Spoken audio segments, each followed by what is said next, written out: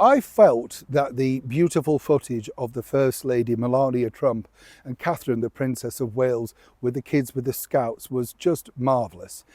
On a couple of levels, really, if I'm honest, and I'm not being sycophantic or whatever people want to say here, but it takes you right back to being a kid, doesn't it? When you watch those children just playing with the dirt or the things or the trees or the barks or whatever, it's an innocence, isn't it, that you've got no idea about. You don't care that these are the two most famous women in the world because you found a slug or a worm, and that's now more important than the fact that you sat on the lap of the First Lady. It's just kind of like, all right, and I just thought it was charming. It's just a nice, gentle way of introducing two ladies to a bigger world, and also wonderful what they did for the Scout movement. And Dwayne Fields, he's a wonderful guy, very, very passionate about that, and I think that's why he and the princess bonded so well, because obviously they both love nature. But guess what? Apparently this was something that Meghan Markle could not stand and would never have done if she'd have, still been part of the monarchy.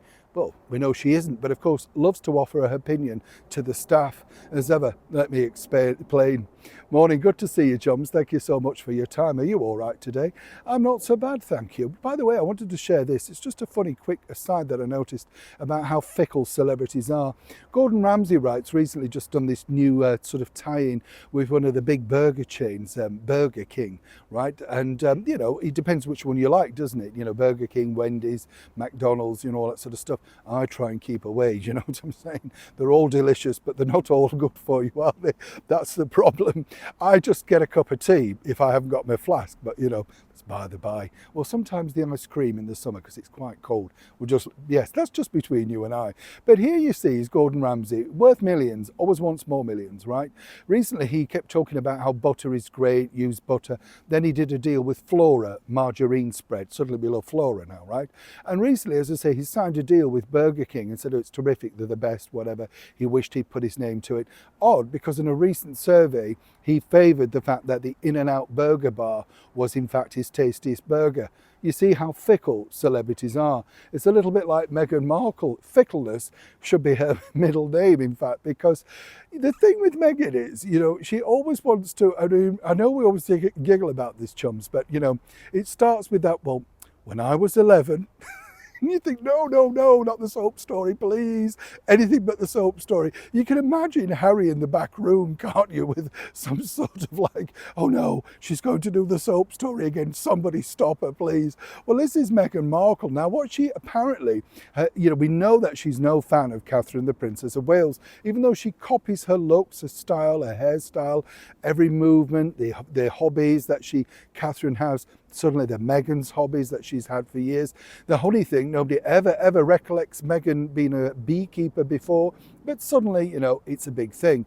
And as we know, and I told you exclusively, Meghan tried to shoehorn her way in to the royal family by saying, well, she made jams and, she offered her jams to the Queen, but apparently Catherine's chutneys were already there.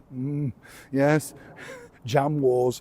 Now, apparently, Meghan told a staff member, and this is what I found fascinating in that, she thought that both the First Lady and Catherine, the Princess of Wales, well, it was deplorable that they absolutely agreed to do this walkabout with, of course, the children of the Scout movement. And as I've just said, a terrific film, in my opinion.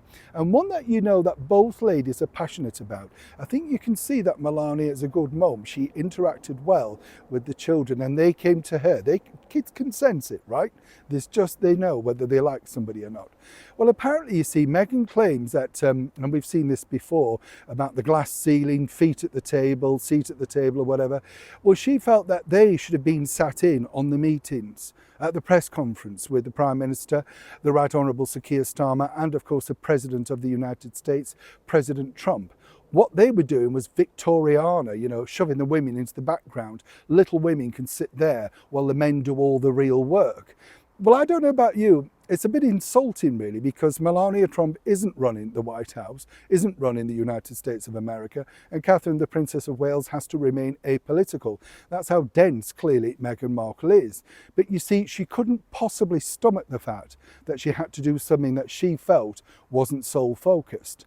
And what we've seen and the way she manoeuvres Harry out of the way to make sure that her version of events is the one heard, well, that's the deal, right?